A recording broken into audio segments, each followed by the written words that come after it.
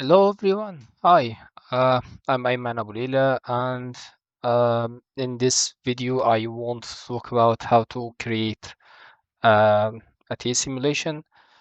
It's not about making tea, it's about how to simulate like grains swimming into a fluid, or how we can apply fluid uh, features to particle simulation, and how I can use or utilize the new MBM solver to make a grain simulation like this. And also, this is a flip simulation that mixing the water, and here is some steam, here's some wet map driving the roughness in shader. So yeah, this is the result I made, and this is the reference I was trying to replicate. So once you make an effect, it's very crucial to see some references before you jump in. So it's almost same.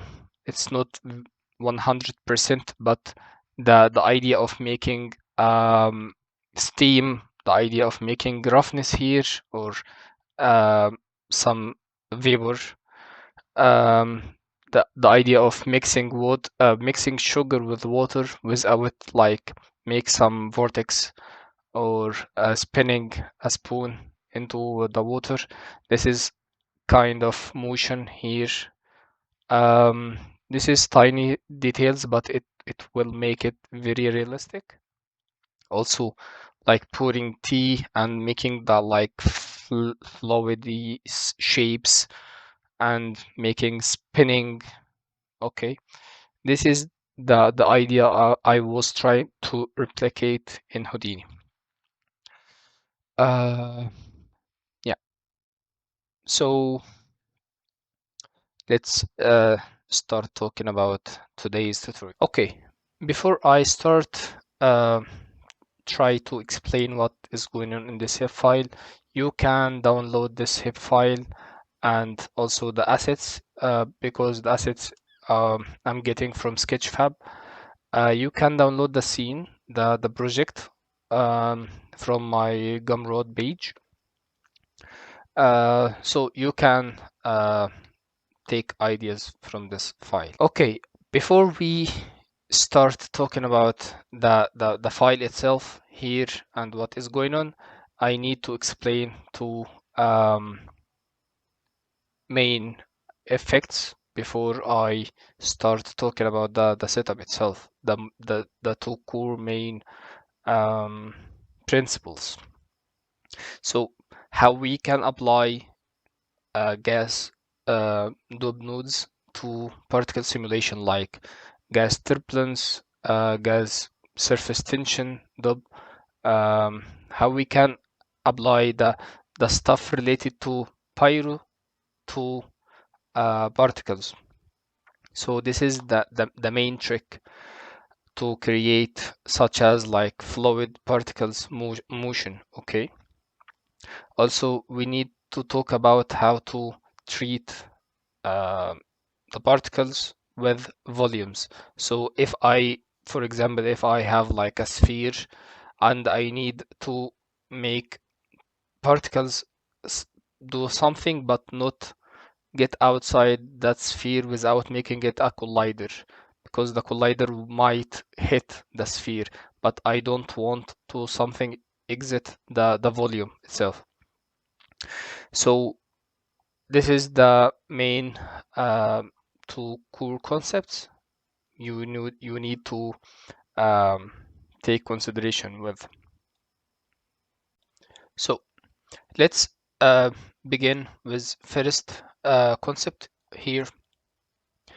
Okay, let's start placing a grid. Okay, let's assume this is 1 meter by 1 meter, and let's scatter a bunch of points. Let's start by 10,000. Or yeah, that's fine. I want relaxation, so I have even points here. Also, I can play with the P scale.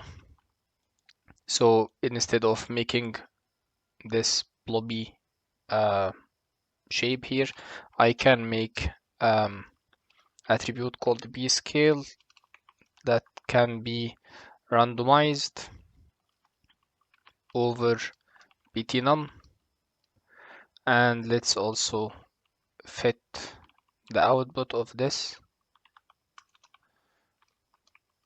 between or from 0 to 1 to maybe 0 0.01 to 0.0505 maybe.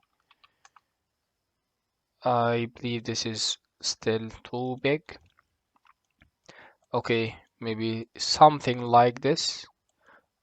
And also I can choose some points randomly and exaggerate its p scale. So here I can, if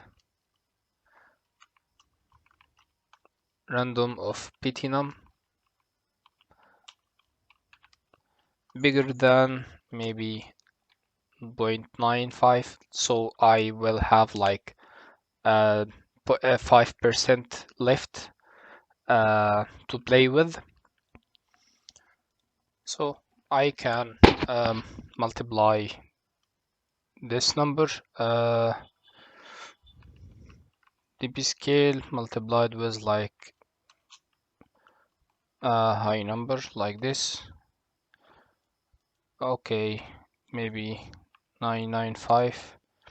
A couple points here to exaggerate it. P scale.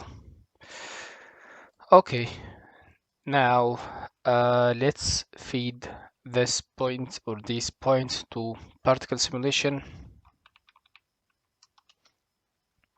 And here I want to birth all points incoming from first context here, and I also need the first frame. So okay, what if I need to add like gas turbulence, a gas turbulence node, or some, some gas related nodes to particles? So first of all, this node needs density field, velocity field. Okay, in case to create a realistic velocity field that automatically computes related with the points accumulation, points like if there is like a lot of points in same place, the velocity should behave differently if the points are like separated out. So how can we detect if there accumulation or separation, or how we can solve the pressure? So if the points are dense and accumulate a lot together, the pressure in this place should be high, and it should be low if it's separated out. So we have here a node called gas project non-divergent multigrid. This one correct the velocity field or make or calculate a new velocity field that computed from divergence and the pressure fields. Okay, it's this node is using or used in a flip solver or smoke solver to compute the pressure. So if there is like accumulation in certain area, the pressure should be high, and it should not be incompress, or it is in like makes or detect the incompressible area in a simulation. Okay, so let's try to feed this gas project with some bunch of points. First of all, we need to create uh, field into this pop object. So this pop object contains some containers here. We need to add something new that can this project multigrid can work with. Okay, so first of all, we need to create a vector field. This vector field we this node requires. So let's take this velocity field here, well, and paste it here. So we now created a velocity field, and let's also reduce its division size, or let's say give it a little bit more resolution. And in case to see this velocity field, we can make a vector visualization and see if we have any bounding box around these points, but we don't have any. We added the container, it's empty now, but we need to make its bound to related with these points. Also, we need to add some or fill this container with some data from the points. So in case to resize this vector field, we can make here a merge. So I can wire a lot of nodes here. First of all, I can make a gas resize field. This one can take a velocity field, for example, and we can reference from geometry. So this geometry container or this geometry data with bunch of points can make a bound for this velocity container. Now, if I start playing, okay. So in case to see the bounding box, we need to tick on this one. So now at first frame, we don't have a bound, but once I solve the next frame, I can see, or the solver can see, there is some points here, and it creates a bounding around it to fill this field with some data. So what is the data I need to fill with? I can make here a node called particle to field, gas particle to field. So this like read attribute from particles and feed it to a field. So what is the destination field is velocity, and what is the attribute is v. Now I'm like reading or putting data into this uh, field, vector field, but because the velocity is not there, I can make like a placeholder bob wind here to just see what should I will get.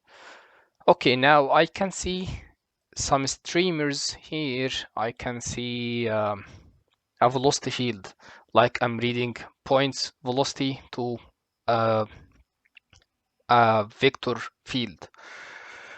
Okay, but this is directly or like one-to-one. There is no modification. I just sampling point attribute to velocity field. In case to correct these streamers here, I can wire this to the chain. Now we can see that we have something. We have now a little bit corrected vectors here. Okay.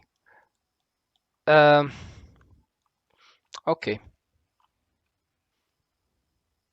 So let's play. Now let's also make a streamer instead of everywhere, and maybe we can visualize the speed. Now a lot of movement happens here. We can't see any difference yet because edited the velocity without um, feed the points with the new velocity. I just edited the velocity of this vector field, but this vector field is not updating back the points.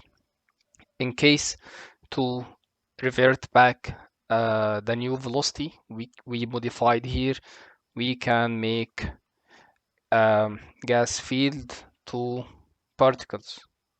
So I won't override the geometry attribute v with velocity vector field. Okay, I will make another flipbook here. There is some difference in shapes, like this is the older flipbook, this is the newer flipbook, but we can see that this is like combined a little bit together. It will not be very visible here, but we can see now we just override, or we just modified the velocity. Okay. Okay, now if I disable this bob wind and inject or modify the velocity furthermore with this gas turbulence. Now I have here like a window or a place to play with here, and I can add some microsolvers to modify the velocity. But this gas turbulence need the density field, so I can make a scalar field here, and I also make this density with initial value with 1, so I'm putting ones everywhere in this field, scalar field. And also I can resize it so it's the bounding of this density should be like equal, or should be like the geometry or velocity. And what else? Now if I play, now I disabled this pop wind, but this gas turbulence now is affecting or manipulating the simulation. So I can lower this amplitude a little bit. Okay, we can see now that we have a fluidy motion. Also, we can add surface tension, gas surface tension. This surface tension makes the bigger pieces or bigger piece scales combine some smaller piece scale around it and make feature of water or surface tension shapes. So this one needs a SDF field. We need to create it, so I can make a scalar field also. This one can also be same as this one, the scalar field of density, and also paste relative reference. And here we can bind this here also. So the scalar field here, this we can create a surface field, and here we have a particle to SDF, gas particle to SDF, so we can sample the particles to SDF. Also, we need to resize the surface. And here I can, this is by default. We don't need to adjust anything. We have now some sort of, let's disable this. Now we have some splashy, some swirly, or we have some, like, it's like trail of blood, maybe trail of water. I'm not sure, but we now have some surface tension. We can lower the amplitude of it a little bit. So yeah,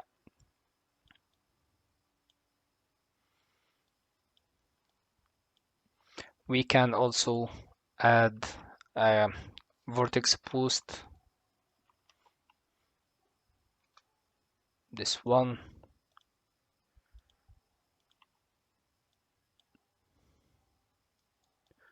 This might increasing the swirly motion. Like here, it's more swirly now. We can add a gas confinement.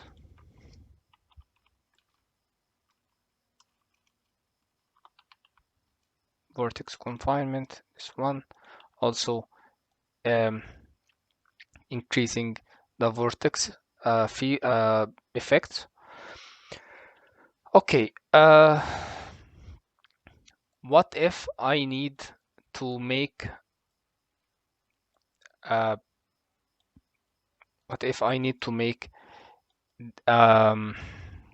these particles do not intersect together? It's like have some internal collision and relaxation automatically. We have a node called particle separation, gas particle separation.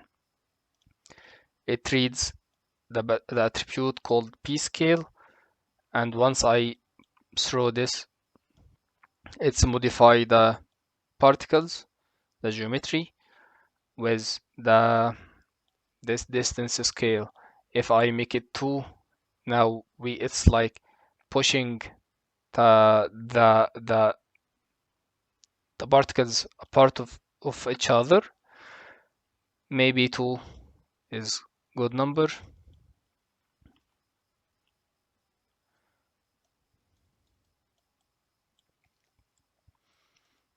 Now we making volume that advects the particles, and it gives me like a fluid shapes, swirly fluids. Okay. Well, what else? What we can do? We have nice shapes here as well. So this is the main, or this is the first principle I want to talk about. Second one, I need also, what if I have like a sphere or a container like cup, and I don't want this particles to exit from without making a collider. Okay, because if I made a collider and this collider like shaking, okay, it's well balanced or make the particles to be balanced. I don't want this. I just want to not exit or stop at the surface. Okay, so here I can make a sphere maybe and make this VDB from polygons to get some voxels here.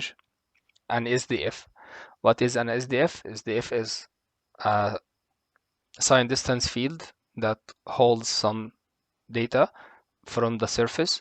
If we are on the surface, the value should be 0. If we're inside the surface, the value should be lower than 0. If we outside the surface, the value should be bigger than 0. Okay, so I can enter this field here, and we can also start manipulating the position of these points. So I can make a bob wrangle, or yeah, bob wrangle here, and tell or bind the second input here to input 2, and I need to resample or to see where these points related to the SDF outside the DOPS. If I'm inside, I don't want to go outside. I will stop. If I'm suddenly getting outside, I will push again and get inside the volume. Okay, we have two useful functions. Volume sample and volume gradient. These two functions are making the desired effect. So to describe these two concepts here, let's build something outside the DOB network. I can make a grid with bunch of points here with a sphere, and also I can take these here to make an SDF. Okay, now if I create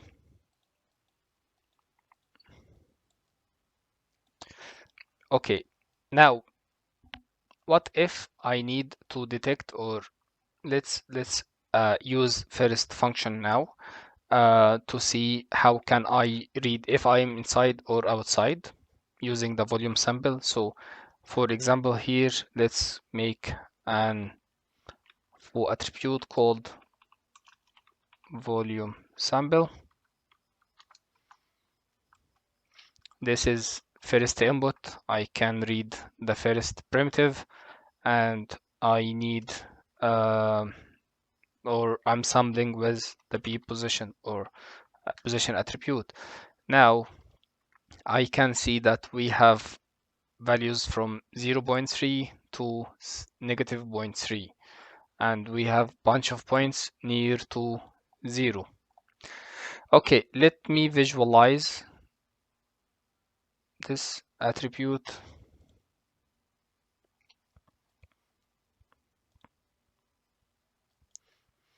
Okay, we can see that the points inside is blue, means that is near to negative, or let's make it 0 and 1. Okay, we can see it's like in this range, means that it's 0 or lower. Let's make it marker instead of color, so we can see that we have negative values here, we have positive values here, we have around 0 values near to surface here. Like this point is near to 0. Okay, I need to push these points to the surface. If it's inside, I need to push it to the surface. So how to detect the normal or the direction of the direction of movement? So basically, because this is a flat plane, I can add like mountain maybe here to distort these points, something like this. So now we have points. So we have like this point here, and I need a direction to the surface. Okay, we have gradient. What is the gradient? Is like the gradient of values from negative to positive, for example. So if the voxel here in this volume is negative, and um, once it reaches to surface, the values should be increasing and increasing outside. So we have like a gradient in the volume. I can sample this gradient using volume gradient. Let's, for example, called photo, whatever. I can make a volume sample, a volume gradient, same. Okay, what if I visualize this new attribute?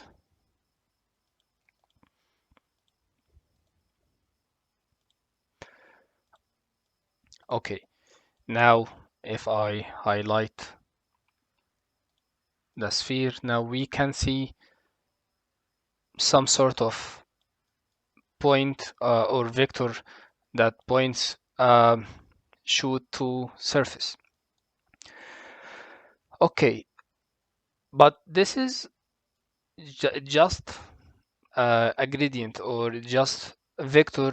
It doesn't mean that this vector length is related to the actual length of this vector. Maybe for example, this point here, it's shooting a vector outside because the values going from negative to 0 to positive, it's always will be a gradient, or it just a vector pointing to what with which the gradient with how the values increases.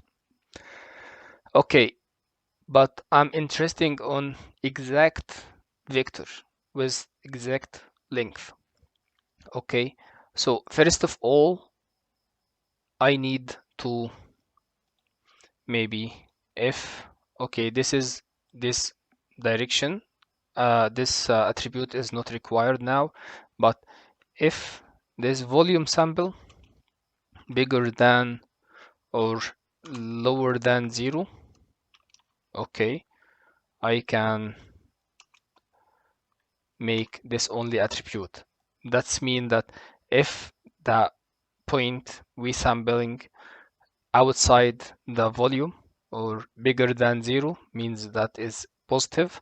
Now we don't care about, we care about only the points inside. Okay, but I want to normalize this vector. Now we have everywhere length of 1. Okay, but if I need exact line from this point to this surface, I can also multiply this with the volume sample. That means that because the volume sample is world value, now I can negate. Now I will have a vector pointing to the surface. We can validate this by placing, like, let's make this is normal, and I can copy a line, this line pointing to positive z,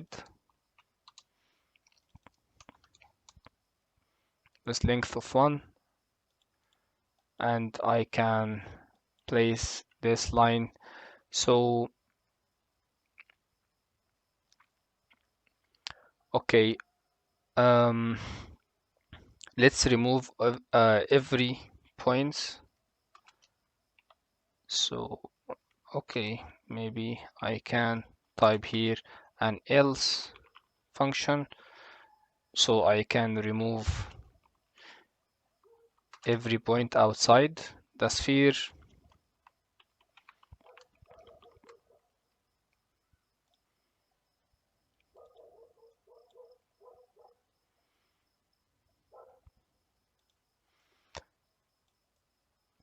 Now we have a direction, but I can write. Okay, let me fix the syntax a little bit.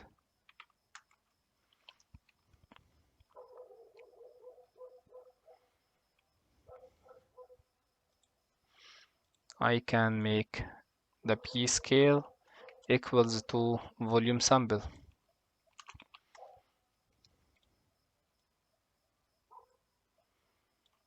Let's not negate the. Now we can see that we have a line, or we have a point here with direction, and this direction means that we need to move this point with that amount of length to move the point to the surface. This is only for visualization and making a concept here. Sometimes we don't, this point should or can't find the closest surface because we making here, or this VDB makes volume around the surface.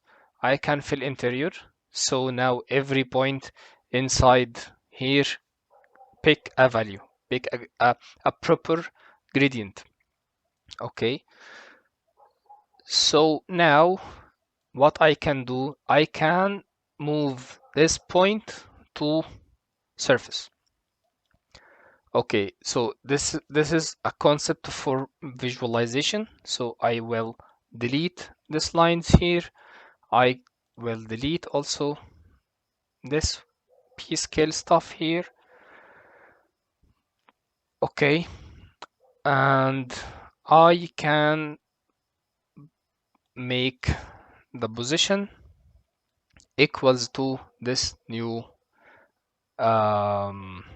vector, and I will not remove the points. I will plus some vector to point position. What we will get? We will get some, let me now, I think I need to negate. Okay, now I can see, also let me reduce this amplitude. Now we can see that there is no point inside the sphere. I can also move, let me reduce the frequency here a little bit, so I can move this sphere and it will also automatically push the points outside. I can make this very huge so we can display it.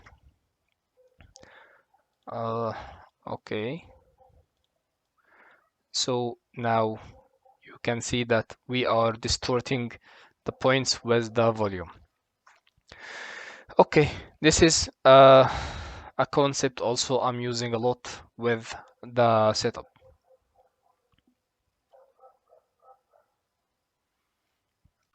So let's apply same concept but with this particle. So basically what I want to make is, let me reduce this, maybe reduce this a little bit.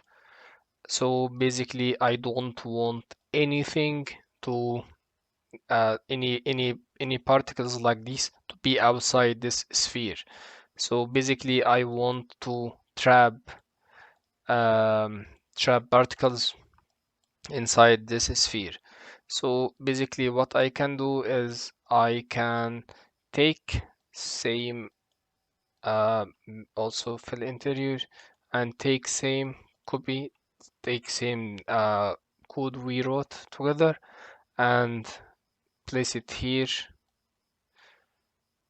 instead of this. I can here, yeah.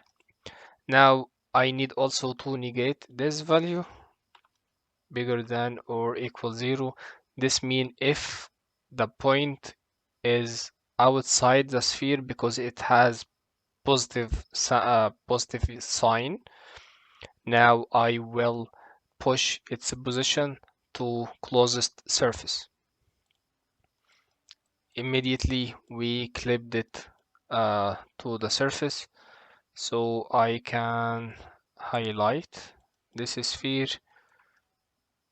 okay, and play. Now we see that the particles is trapped inside the sphere. Uh, that's it.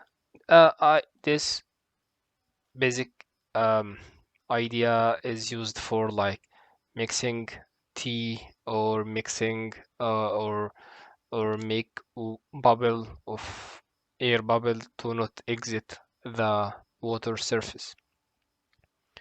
Okay.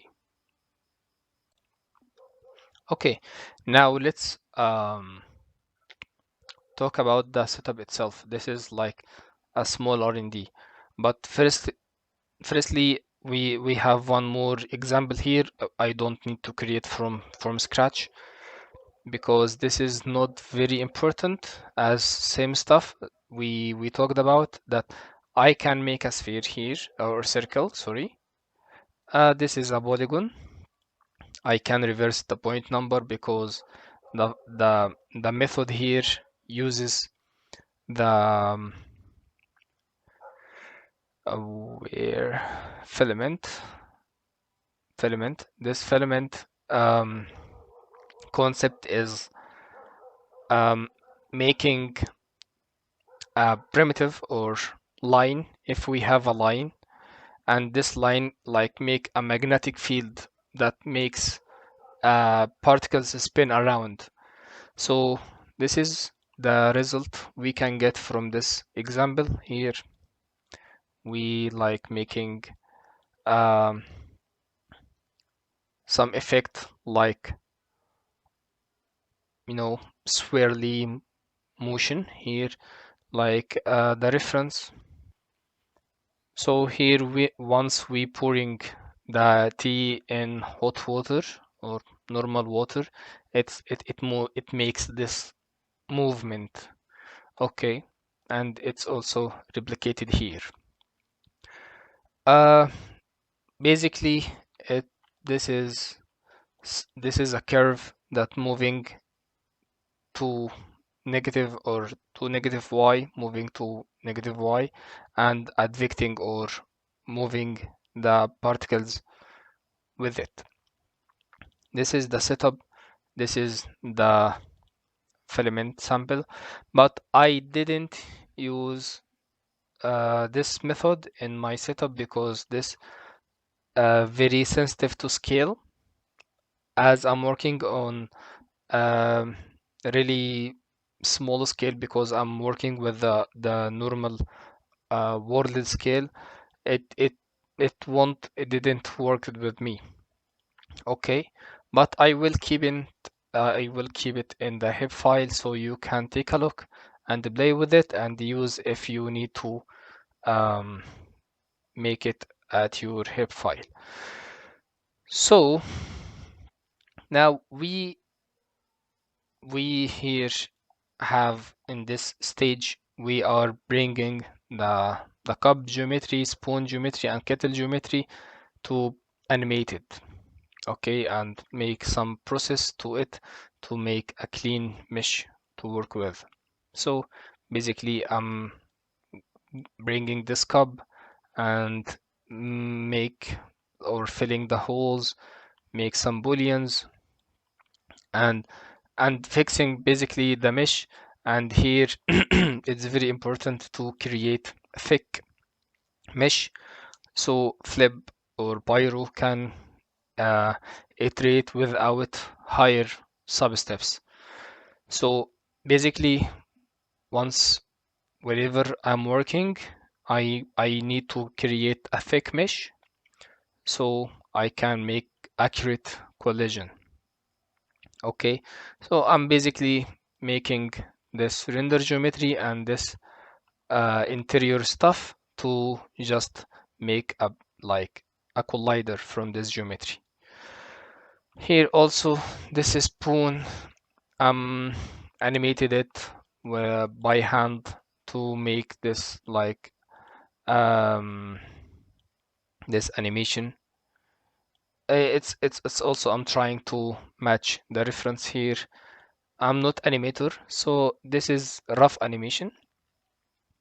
Okay, here also some sine wave and cosine wave to make a spinning spoon.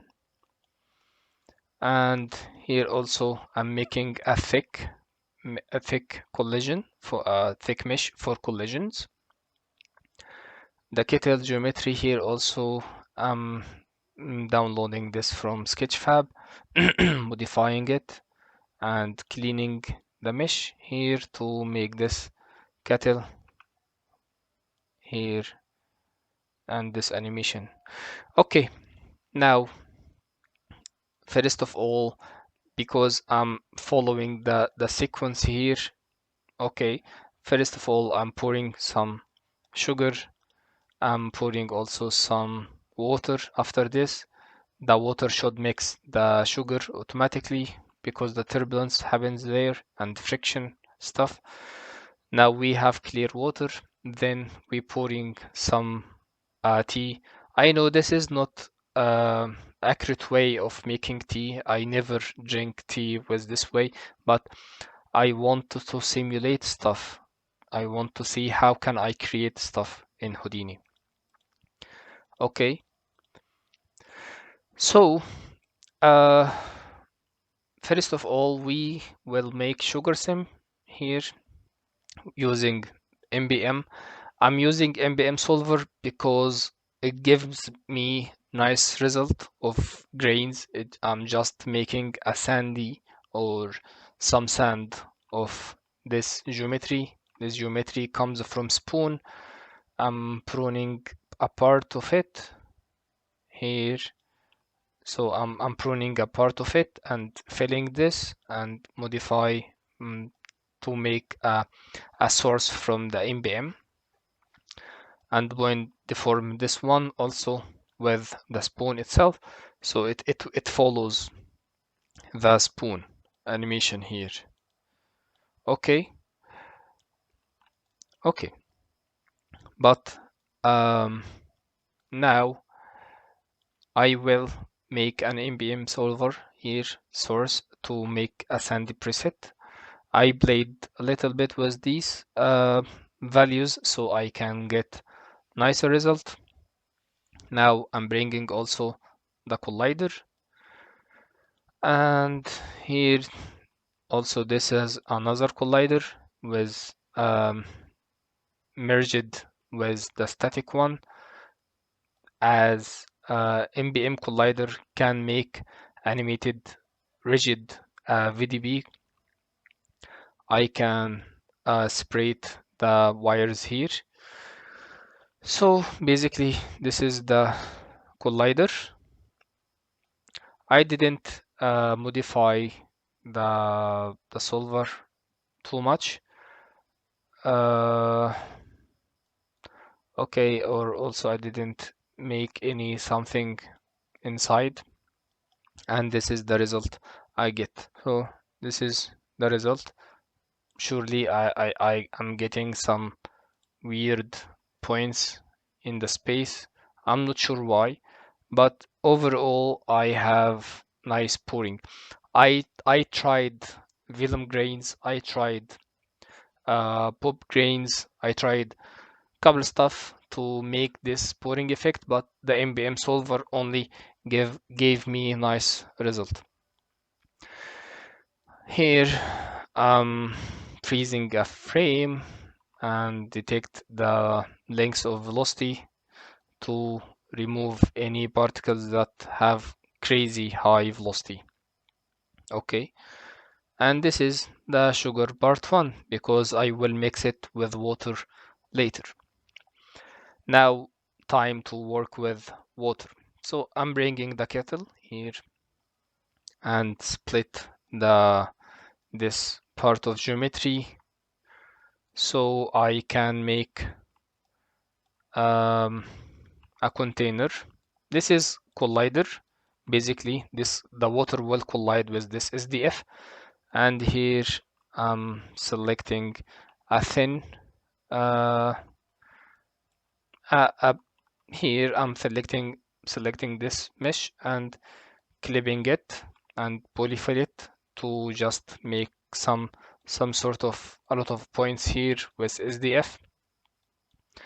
This also point deformed with the kettle itself, so it can move with it, inherit the movement. If I'm looking through the camera, we can see the domain is, or this particle field is moving with the kettle. I'm computing the velocity from deformation, and here is the flip solver. It's not fancy, just a flip object with some bob drag. Uh, Here also I'm dialed down this particle radius scale and the grid scale so I can get stable simulation. I think I increased the sub-steps, minimum and maximum, and reduced the time scale so I can get, I believe, yeah, if if you keep the solver with default settings, you will have volumeless or volume loss. You will lose the volume here. Okay, I'm not sure. Yeah. Okay. So basically, I'm reducing these values. I give it a little bit tiny of viscosity, so the water is not like splashy, and I need tiny bit of viscosity. This is experimental. Uh, Also here I'm computing some surface tension as well. I turn off the receding and added the ID attribute. That's it, the collider. And this is the first part of simulation.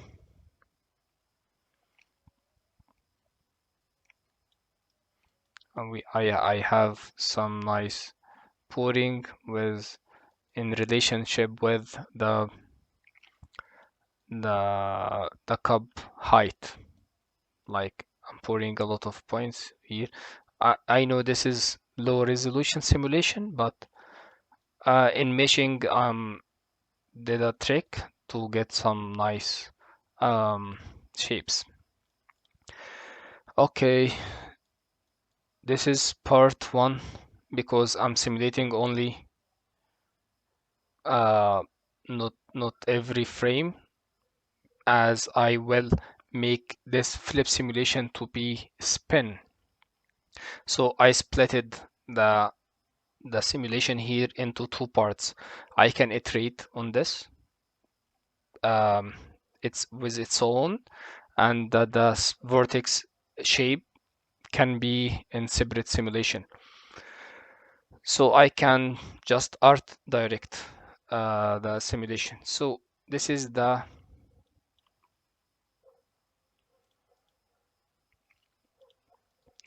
simulation of spoon simulation, something like this in relationship with the spoon. Let me get the spoon movement here. So here it makes this. Actually, first of all, I tried to make a spoon as a collider, but at the end I got volume loss. If I initialize the water level with this, at the end the frame it should be like this. So there is like squished down. I'm not sure why this happens. So I like sampled the velocity of the spoon. This is the spoon. I'm calculating the velocity. So I can sample this velocity into the solver using this code. I'm just reading the velocity attribute from the first input. The first input is the spoon collider geometry. Then I feed this velocity to point velocity of the simulation. That's it for the vortex, not fancy. And also because this is the first frame, this is last frame, this is the volume loss I get. The first simulation, it like a half of it was struggling with it, but I cheated a little bit with animated scale here, so I'm just animated like this. So now this is the first of the simulation, this is the last of the simulation with tiny bit of a simulation, of a scale in Y. And now the time of meshing. So I have two caches here. This is first cache of pouring. This is second cache of spinning spoon. And here I'm lerping or linear interpolation or make the make seamless transition between the second simulation with the first simulation as have um, ID attribute. I can lerp between points. If it's moved, I can like make seamless transition between two caches. Okay, so this is this switch between two frames. But now if I look through here, it should be seamless between two caches. You will not notice it. Okay, here I'm computing the velocity. Here I don't think this one is necessarily needed because there is some we have crazy value of velocity. I removed these particles. Now here I'm making normal VDB from particles. I'm grabbing the kettle geometry here and make an SDF for it and subtracted this from this so I can get smooth um, smooth mesh here. If I keep it by default, there will be overlapping between this render geometry and the kettle render geometry, and it will flicker in the render.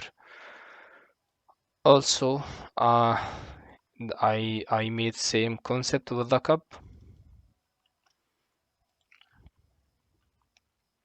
Here as well, same concept with the cup, and smooth it a little bit and convert it to mesh. Then I can transfer the V attribute so I can have velocity from points.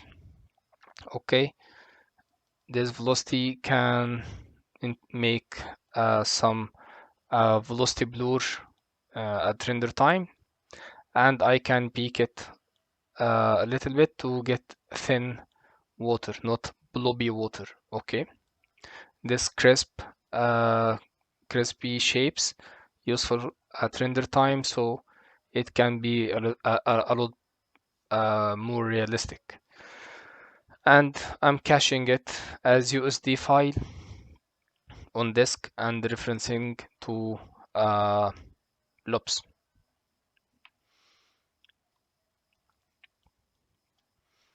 Now the time of making a wet map. Here I'm grabbing the points of the water simulation, and here I'm plastering everything outside the kettle. So this will be my source of the smoke or steam. Here I'm making some various temperatures, so not everything emit temperature, and this is the simulation of the steam. Okay, That's it. Not fancy also. Well, yeah. Um, Nothing here. Just have some viscosity to get steamy shape, and here I have some turbulence. Now time to refine this because I don't want emit steam from the volume of the water. I just only or I need only the surface. So I'm grabbing the water surface here. This is SDF come with the or come from the flip simulation. So once I'm caching the flip simulation, I'm also grabbing the velocity fields and surface field, also the points of the simulation for meshing. This is comes with this preset flip fluid. Okay, so I can uh, volume sample the density. Basically, if I have some volume inside, so this is the surface. If I have some volume inside the water surface, I can just multiply density with 1 and declamp it. Okay, I don't want accumulation of density in render time because I want faint layer. Uh, okay, that's it for the Steam simulation. Also here I can simulate the width map. This width map I can use at render time as point lookup or point cloud lookup. So this is the witness map. Basically, I'm scattering a bunch of points on the interior of the mug, and if the steam like collides with these points, it um, it create an attribute called width and store value of 1 in it. And if the water mesh also collided with this witness map, it like removes it. Okay, so this is also happens in real life because here the steam is like making glass frosty internally here, and the water makes this frostiness go away. It reverted back to clear shape. And I'm using two vex code here, one for assigning the witness from the volume and one to deassign the witness from the SDF of the water. So I'm reading this SDF. Once the SDF collides with or if the points inside the SDF, I can remove or clamp the witness map. Okay, I will or I'm reference this to a shader inside loops. We will talk about this later.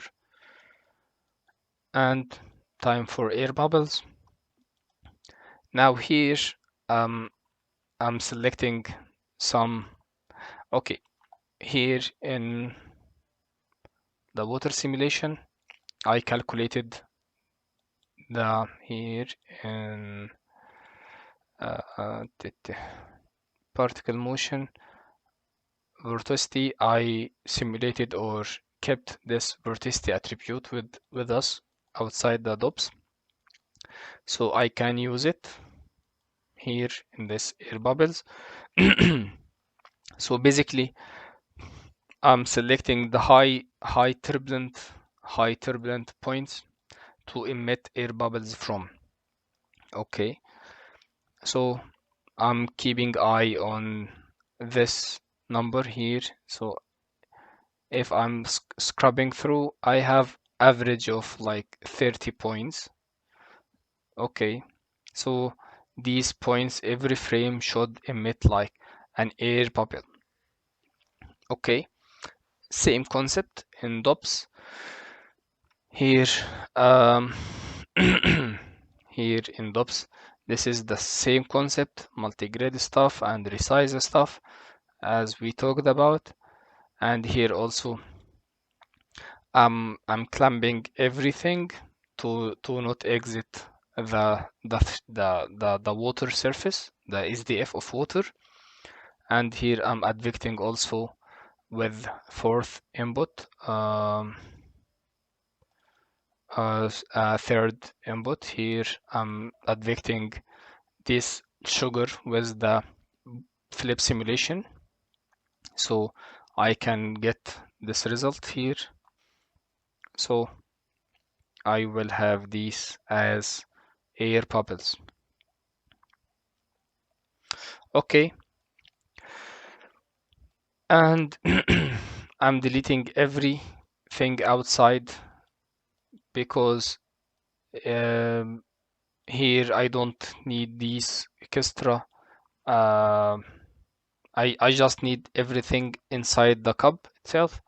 So I'm deleting anything outside this cup area. Okay, and here also I'm playing with the P scale with some randomization.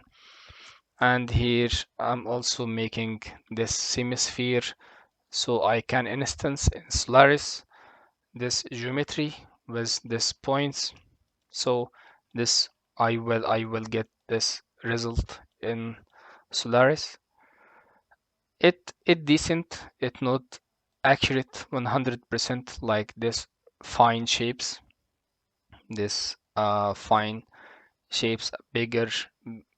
I tried to make semisphere same as this feature here. So yeah, some something I tried to match it the reference here. Okay, what else? The next step is mixing the sugar with water. So I'm I get the sugar simulation and hold the hold the simulation to this frame, because here if I see, here is a time shift that holds at 30 frames. Okay, now I'm grabbing also the water simulation. I'm grabbing the SDF. I'm grabbing the velocity field. This is velocity field. I can make it like smoke. This is this is the velocity field of the particles. So here also I'm advecting or sourcing these points to this particles popnet, but before sourcing it, I deleted everything except p-scale and ID. This is important. So I get this simulation. So the water advecting the sugar and make it turbulent like this. Okay, and here also this is the particle network. It's not fancy. I'm also detecting if I'm uh, here I'm detecting if I'm bigger than 100 frame 150 and I'm inside the water. I'm making the velocity to push down a little bit the particles, and here also I'm making like a mask.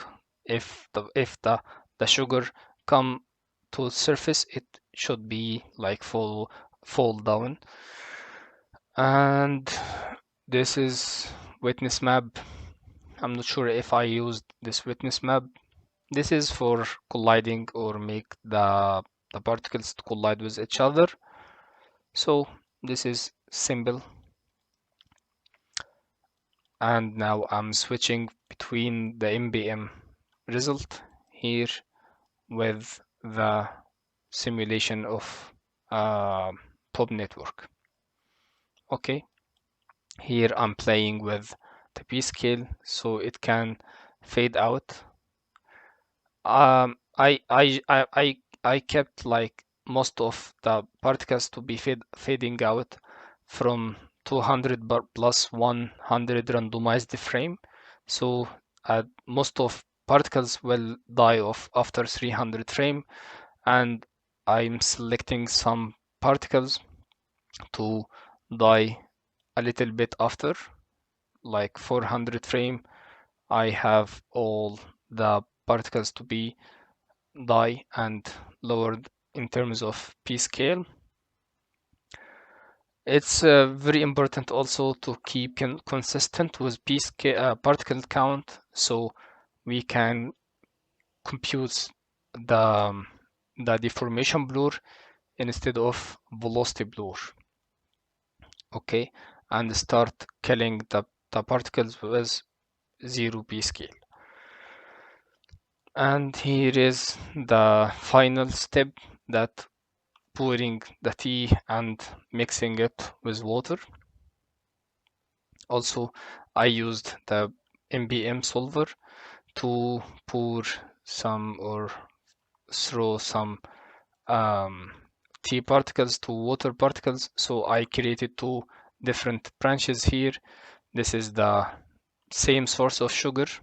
I used it again with tea, and I used the internal or interior water to make a water particles here with liquid preset. Okay, and I initialized an attribute called wet. So I will make some sand or tea fall onto some water, basically, because this is I'm making like it's sandy effect, and this is wet and this is not wet. Okay, so in MBM solver I can transfer the wetness from water to tea. Okay, uh, this wet, that's useful because here after simulation, this is simulation by the way, this is the tea particles is like, because this is have um, lower density from water here. If you see, this is density of 400 and the water by default is 1000, so the tea is not uh, um, getting into the water, it will stay at the surface.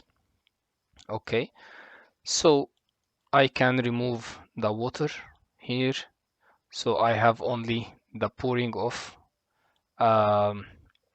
tea, and now I can remove any wet tea, and here I also can make or select every wet tea. That's well fed into another particle simulation here. So this is the source. This is the source of pouring some tea into the water surface. Okay. And also I can merge both of them. So it's like transitioning between MBM to particle simulation. Okay, in case to make particles to fall down naturally, I created here a pyro simulation, something like this, simple volume falling down to a cup like this. So I can use this velocity field to advect the particles inside the bobnet here.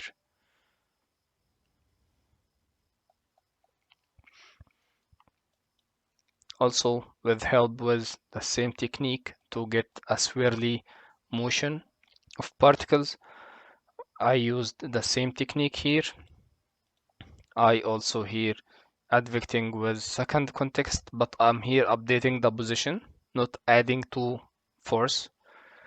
I find this getting me nice result.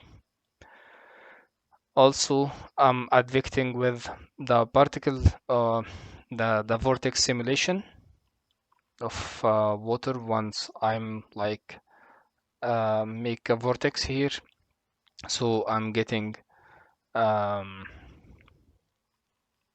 this is the surface, and this is the simulation. That this is the velocity field. Here I can advect particles with, and here also I'm not allowing every or any T particle to exit the water surface.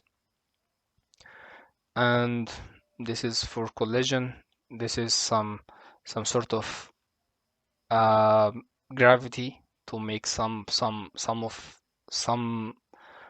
T grain to fall down, but not some of them will not affected with the gravity, because in the reference here some particles here are like swimming in the volume of the water, but all of them or most of them is like making this movement. Okay, and I think nothing here happened. So this is the final result.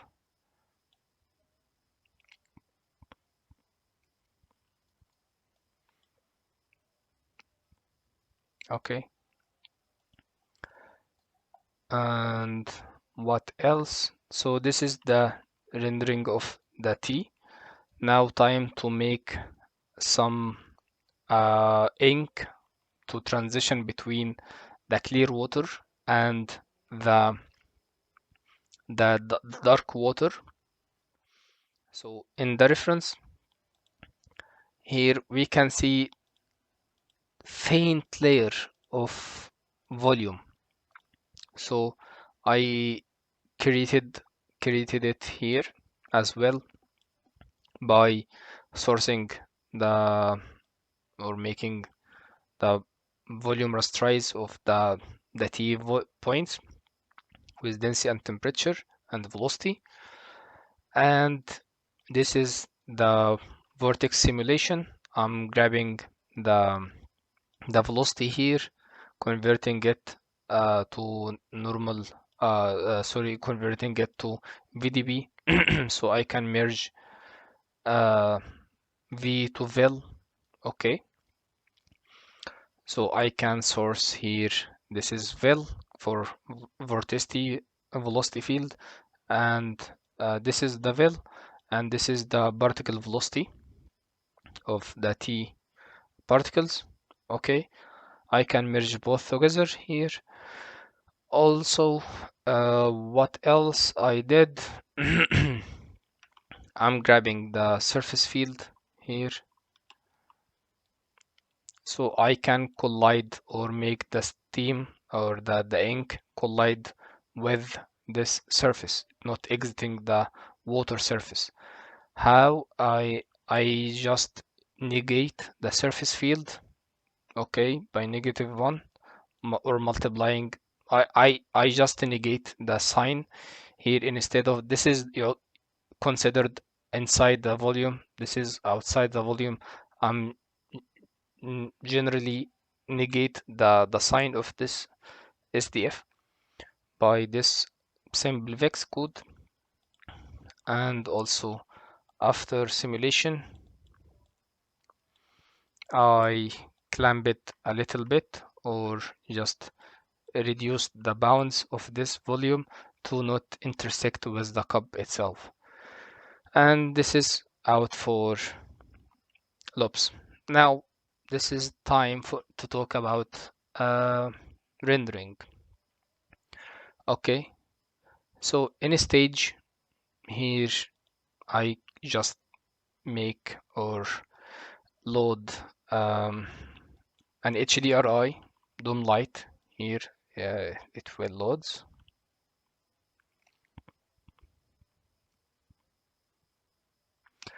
Yeah, now I have an HDRI and I'm grabbing a camera here. So this is, let's say this is the render camera.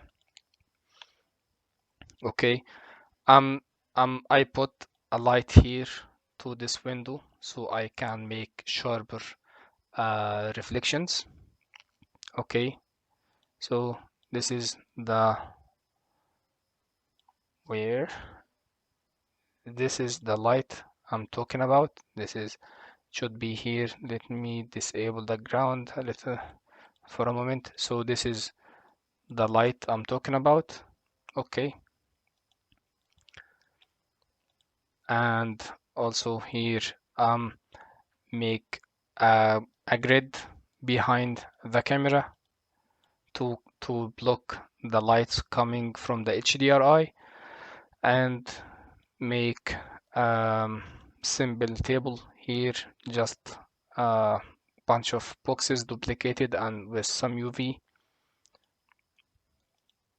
Here I started to bind or grabbing stuff from sops to stage here. So now I will have a spoon, we'll have the kettle, we'll have the cup, but because it's yeah,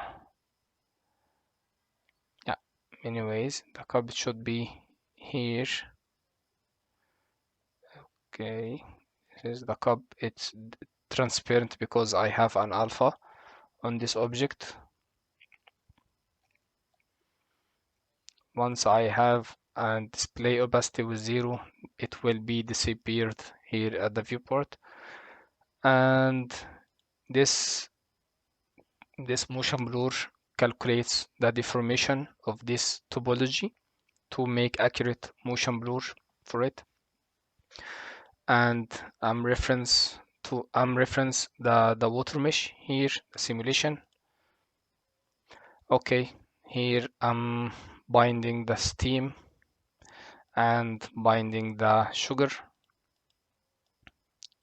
Okay, here I'm just bringing this semisphere and use an instancer to instance the bubbles.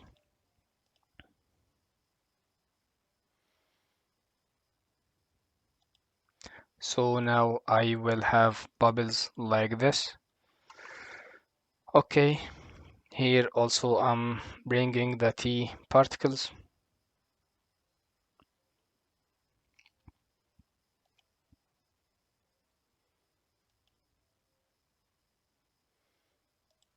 Yeah, this brown, this is the tea, and also this is the tea volume. This will appear in the render itself. And here I'm assigning every FX element to be velocity blur. And here I'm making some materials. This is glass, this is water, this is sugar, tea, bubbles, steam. The only tricky one is the cup. So here in the cup, I'm reading some BGU points, the witness map from disk. It's just BGU points to shader using this karma point read. This attribute or this witness map will drive the specular roughness in the shader. Okay, I also loaded this texture. Let me show you what is this texture. This texture here.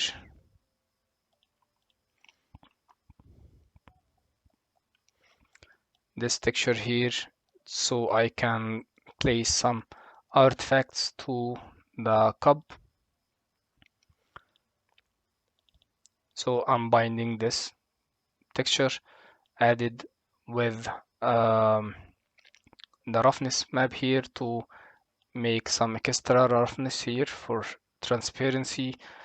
And I can also drive the normal or the bump map with this texture so I can get some bumpiness or like a deformation to surface. This is the cup shader, and the sugar shader, I used it instead of making a plastic or diffuse color. I used it as transmission. So here if I go frame by frame, we can see there is like light streak here. So this is, I believed that it comes from subsurface. So here, so it almost same idea here. When the sugar exposed to light, it should be much brighter, like here. And here also I added some emission to make it more bright.